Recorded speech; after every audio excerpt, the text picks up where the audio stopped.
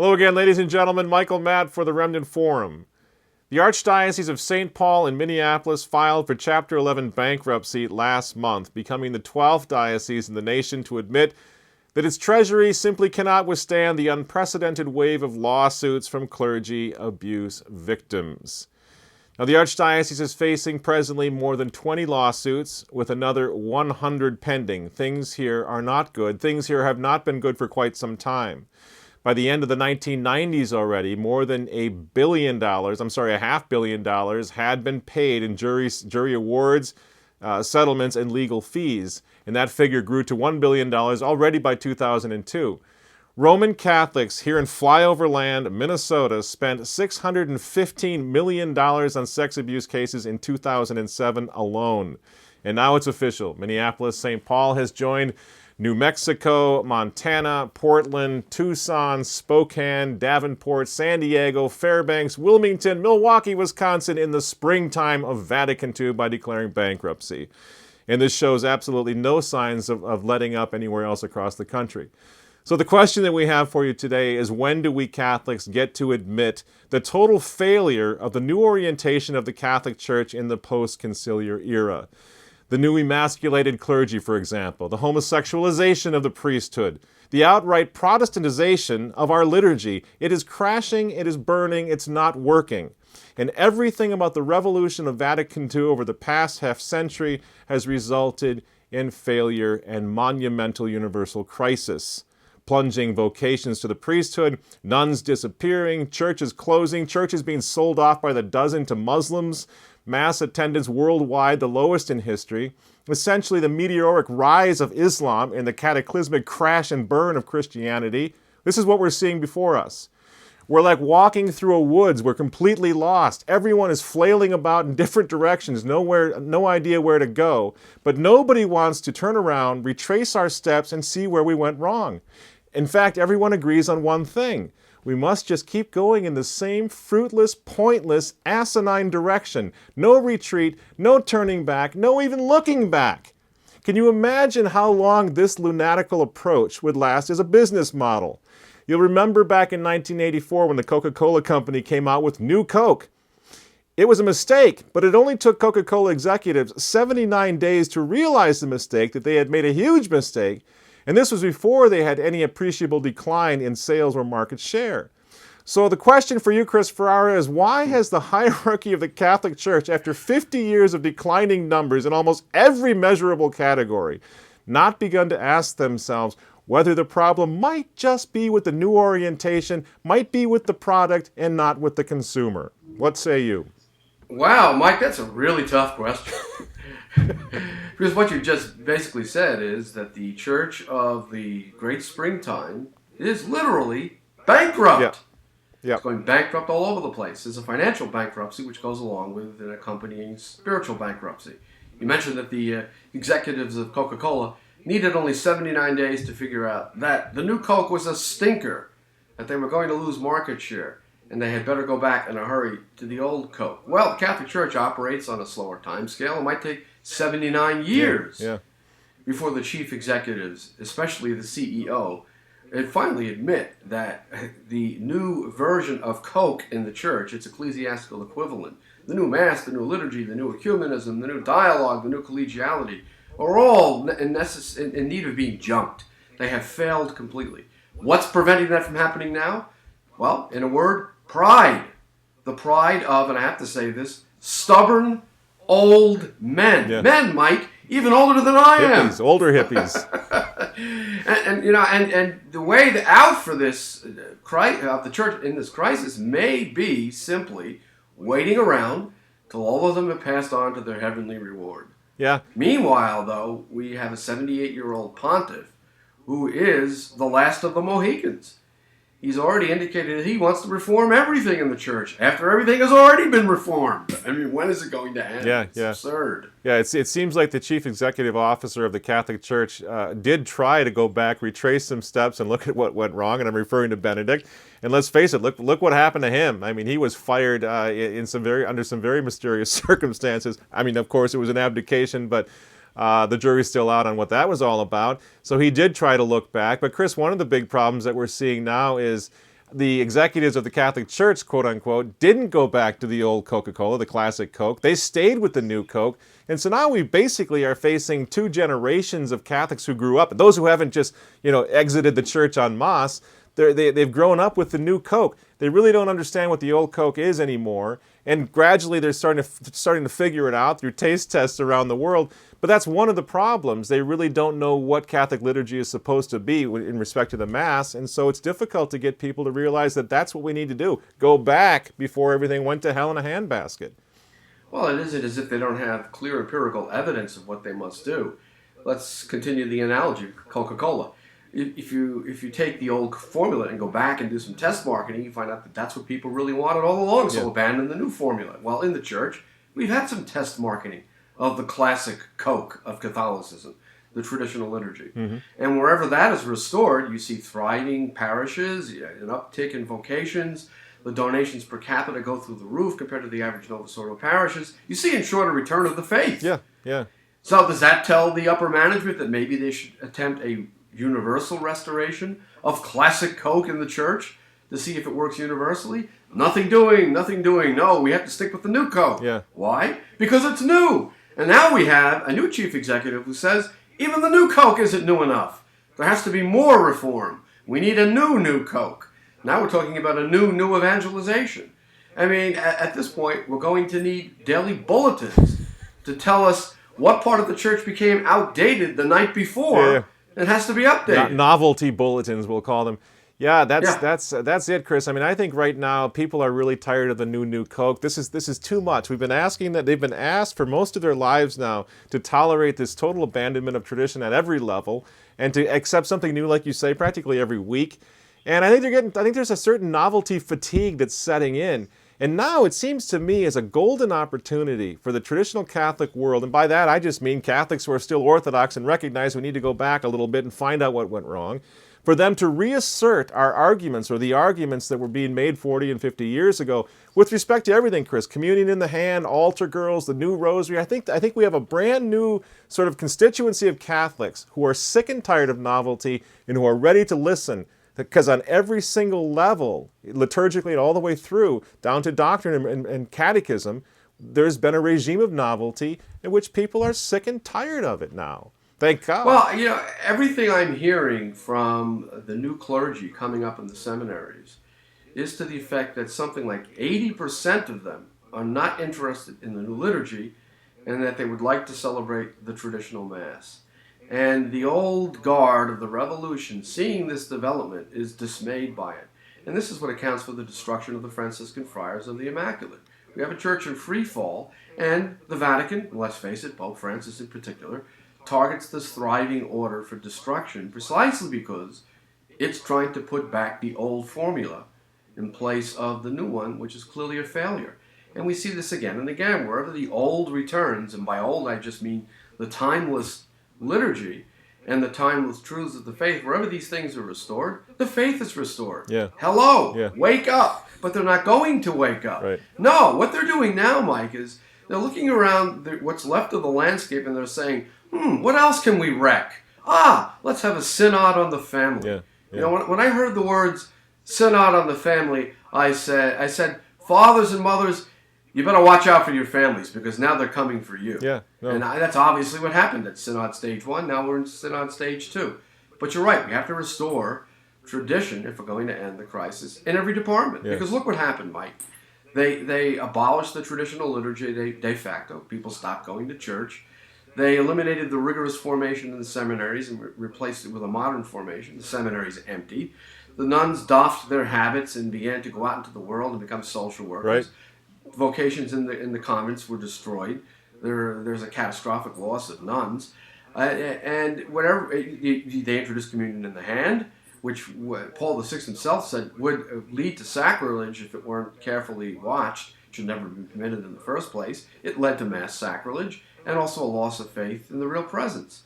Wherever they've done their reform, the corresponding area in the life of the church has gone from something vital to something on life support. Yeah. When are they going to recognize this? Right. Never, Mike. They're never going to recognize I don't think so. You take something really, really small. Like you remember when you and I were boys, Catholics didn't eat meat on Friday. That's just the way it was. Now, we weren't suffering under that. We weren't looking for a way out of that. That was just an interesting thing about living your Catholic life. Nobody complained about it. It was an enriching thing about being a Catholic. It wasn't very difficult. What do? They come along and they make, I think it was under Paul VI, they make an option there. Okay, now that's kind of too rigorous for some people, too tough for you guys to give up your burgers. So now you got to come up with something else, Chris. And so what's happened now? It's still a sin, technically, on the books, to not either give up meat or give up something equal on Friday. But how many Catholics worldwide know that? So I use this just as an example of what they did. They came in and gave these options, which ended up just watering everything down to the point where nobody's doing anything anymore. And so on Fridays it's over. That's been the dynamic for 50 years. They introduce an option, the option becomes the rule, and the rule becomes the exception. That's what happened with communion in the hand. That's what happened with the vernacularization of the liturgy. And now, what they're trying to do is introduce an option in terms of morality. Absolutely. Oh, in just a few cases, carefully considered, we will admit the divorced and remarried to Holy Communion. Those few cases, within 2 weeks, I would say, would become an avalanche. And pretty soon, every divorced and remarried so-called couple would be readmitted to the sacraments while being allowed to continue in their relations. That's what I said a few moments ago. What else can we wreck? Yes. That's the attitude. We've wrecked everything else. Let's take morality now and see what we can do to destroy that. Yeah. Whatever is left of that in the church on the part of Catholics in the pew. So, again, the solution is a restoration of tradition in every single department, and that is the last thing these revolutionaries are going to allow. Why? Because, let's face it, the church is being run by, I hate to use the word, and I will qualify it instantly, maniacs. Yeah. What is a maniac? It's not a person who is defective in his morality necessarily or his character necessarily. It's someone who is in the grip of a mania. Otherwise, sensible people, including those at the very highest levels of the hierarchy of the church, are in the grip of a reformist mania that shows no signs of releasing its grip on them. Yeah. It's the only way to be free of them, it seems, is to wait for them to die. That's right. I like the little examples of things that have gone wrong, because I do think we have a much bigger audience now of people that want to hear these things. So I'm going to ask you for your favorite thing. But if you think about the Mass and what happened to the Mass, take some of the little things. For example, the turning around of the priest, the moving the altar away from the wall, all these old polemics that 40 years ago we were talking about. Or how about the ad incarnatus est, and the Word was made flesh? For 1,000 years or 2,000 years, all of Christendom took a knee, Chris, at that moment, and the Word was made flesh. Now, ask yourself, why is it? Who was the genius that came along and said to the whole Catholic world, it's too much of a burden, it's too bothersome for you to take a knee or strike your breast at that point. Let's just remove that from the liturgy. I mean, Chris, I can't see how something like that can be considered anything less than diabolical. Well, of course it is. Sister Lucia spoke of diabolical disorientation at the upper levels of the church. Our Lady of Akita spoke of the devil infiltrating even the church in such a way that we will see cardinals opposing cardinals and bishops opposing bishops, i.e. Synod 2014.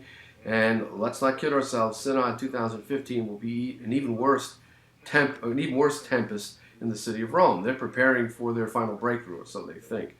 It's diabolical, and in order to end this diabolical disorientation, we have to restore what was abandoned. Cardinal Brooke just gave a great lecture a few days ago about this new evangelization. Okay, you want a new evangelization? Let's evangelize with the traditional liturgy. Now, like Stalinist slogans during the Stalinist era, everything that these reformers do is actually exactly the opposite of what the title suggests. Yeah. The new evangelization means no evangelization. So, yeah, and the new liturgy back means up, Chris. no liturgy. Chris, you're not, and I suspect you're not being hyperbolic there. They really, when they say new evangelization, they really do mean evangelize ourselves. Because as we know, proselytism is solemn nonsense. They're not talking about going out into the world and converting people. They don't believe that anymore. No, the new evangelization is trying to convince Catholics to be Catholics now because they've abandoned the faith thanks to the new evangelization. Yeah. So it perpetuates the problem that it itself has caused. And again, it's like the Stalinist era. We have these slogans, and exactly the opposite is the real meaning of what they're talking about. So the new evangelization means an end to evangelization. Dialogue with the other party means a monologue. Yeah. What we do is listen to what the other party has to say, and we nod our heads approvingly and say, yes, you have a point. And nothing ever progresses from that. So the dialogue becomes a monologue, and so on and so forth. Pick any slogan you like of the new church. Whatever that slogan is, exactly the opposite is what is going on. Yeah. It's eerie. It's like the Stalin era has come to the Catholic Church. So when they talk about dialogue or when they talk about ecumenism, I think sometimes our friends in the Catholic pews next to us don't realize that they aren't talking about that having an end. There isn't an end game there. It's the journey of ecumenism. It's the process of dialogue. That's what they want to go on indefinitely. They don't want the dialogue to ever end with the conversion of non-Catholics to the Catholic faith. They just want to have that journey. And they come out and admit this all of the time. But Catholics, good, well-intentioned Catholics, are projecting the old ideas of conversion onto those discussions about dialogue and ecumenism. But the church leadership has a completely new and novel and different idea of what they mean by those words. Well, let's take two more contemporary examples of this Stalinistic sloganeering. The Synod on the Family. Now, we've been through 50 years of this nonsense. You and I know, and a lot of Catholics who have followed this crisis know, that when you hear the words Synod on the Family coming from the mouths of the reformist avant-garde, now in its 70s and 80s for the most part, what you're really going to get is a synod against the family. Yeah. We knew it. Yeah. I wrote about it 6 months before it began, that it was going to be a synod against the family. And what were the main topics for discussion? Openings to gays, openings to the divorced and remarried, recognizing the benefits of cohabitation and civil marriages. What does this have to do with the family? Nothing, but it was completely predictable. Yeah. The Synod on the Family was a synod against the family. I mean, it's so sad. It's so sad. It's tragic. But we're not the only ones seeing this. The stand, the heroic stand that Cardinal Burke, among others, Bishop Snyder took during the first part of the synod, is proof positive that that's what's going on. They saw it. They were there. They saw this as an attack on the family, even though in true Jesuitical fashion, we heard a lot of talk about how this was supposed to support the family and be more pastorally sensitive to the family. Well, we've seen that before. Baloney. We knew going in what it was going to be. Here's another example. The Church of the Poor. We must have a Church of the Poor. The Church must be poor. This is being said by a pope who lives in luxury in the middle of a Vatican City state that is a seat of wealth that the church rightly possesses. And the Church of the Poor is apparently being driven at the Synod against the family by the Church of the Rich, which is the Church of Germany. The Church of Germany is supported by tax contributions. And the prelates of that church have announced that those who will not pay the church tax that subsidizes the six-figure salaries of the Church of the Poor in Germany will be denied the sacraments, effectively excommunicated from the German church. You know what that is, Mike? That's the sin of simony. Yeah.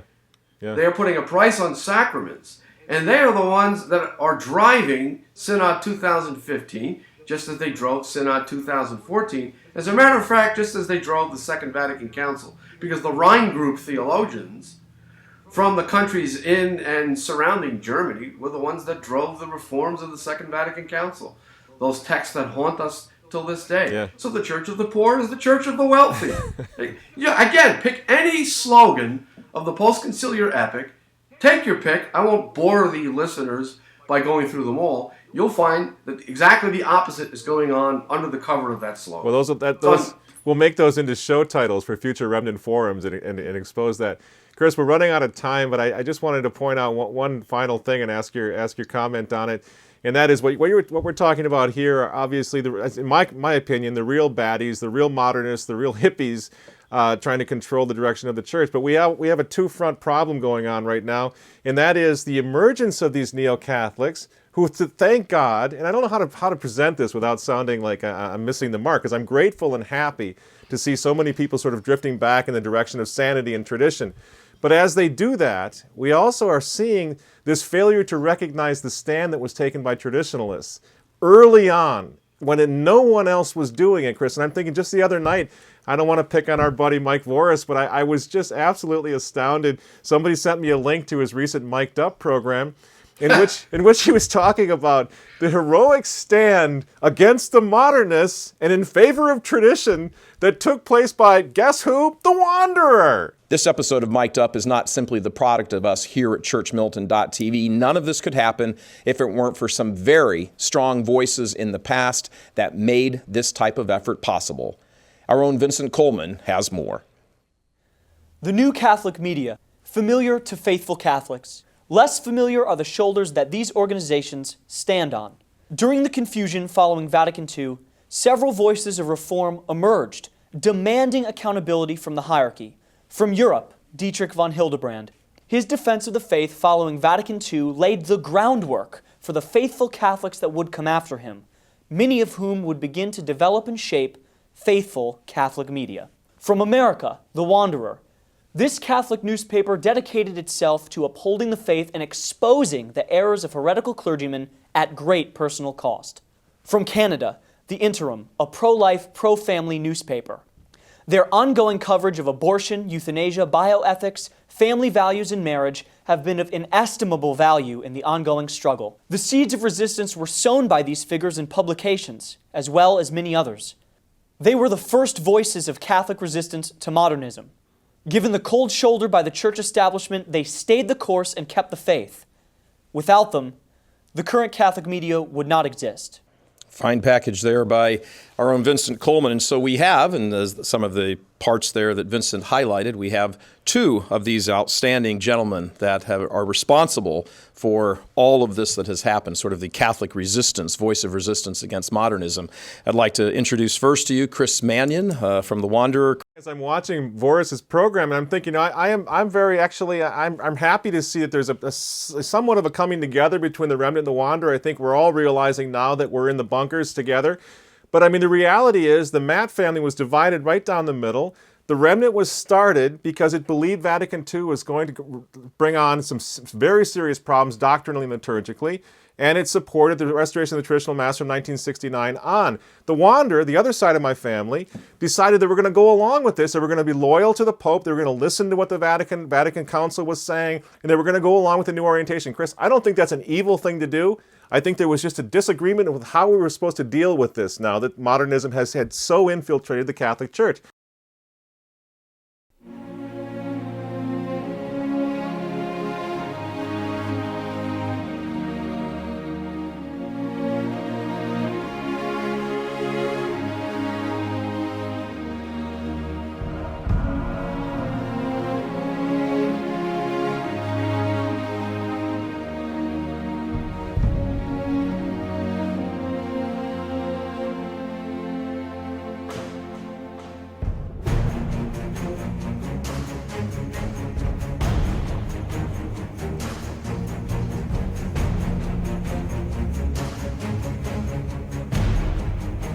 But the point is, it didn't work. That position has gone belly up now. The reign of Benedict XVI proved that. The restoration of traditional Mass proved that. The direction, the new Synod now has proven that. And so Michael Voris and his friends to sit there and not make even a passing reference, not only to the Remnant, because that's too personal, Chris, but to Archbishop Lefebvre, to Michael Davies, to these giants who were completely alone, isolated, ostracized by the whole church for standing against modernism. They don't even get a passing reference. I see this as a problem if that direction is going to continue. If the traditionalists, like Archbishop Lefebvre, are going to be airbrushed out of recent history like this, that's not a good thing. Now, speaking of airbrushing, that fits in with this idea of the Stalinization of the church with these ridiculous slogans that hide the opposite meaning. In Stalinist history texts, figures who had been declared non-persons were literally removed from photographs. And during the Khrushchev era, TV broadcasts were censored in a way that non-persons were removed from video images. Yeah. That's what's going on now. They're trying to recount the history of the past 50 years as if there had not been a traditionalist opposition from the very beginning, which was based upon the common sense observation that when you abandon everything that is tried, true, and traditional, you're going to cause chaos in the church. Now that even some neo-Catholics are admitting this, having denied the crisis before, now their new line is, well, the crisis is ending. Yeah, and we were there all along. But the reason, if the crisis is ending at all, it's because tradition has been restored in certain enclaves in the church. Gee, traditionalists don't get any credit for that, though. Yeah, no, it's really amazing, Chris, the level to which Archbishop Lefebvre, I'm going to stick with him for a moment, he really did change history. Had it not been for him, you would not have had the two motu proprios, the restoration of the Latin Mass, this massive realization of the crisis in the church. It was because of him. And yet, he's the one person you can't talk about. He was bad, bad, bad. He was a schismatic. He was horrible. He was evil. He changed. He did something. He changed history, and now his role is being ignored. And the level to which people like you and like myself, like the Remnant, the level to which we will acknowledge Archbishop Lefebvre's key role in this is directly proportionate to how we will be ostracized and attacked by these same up-and-coming neo-Catholics who now think they like the Latin. They like the Latin Mass.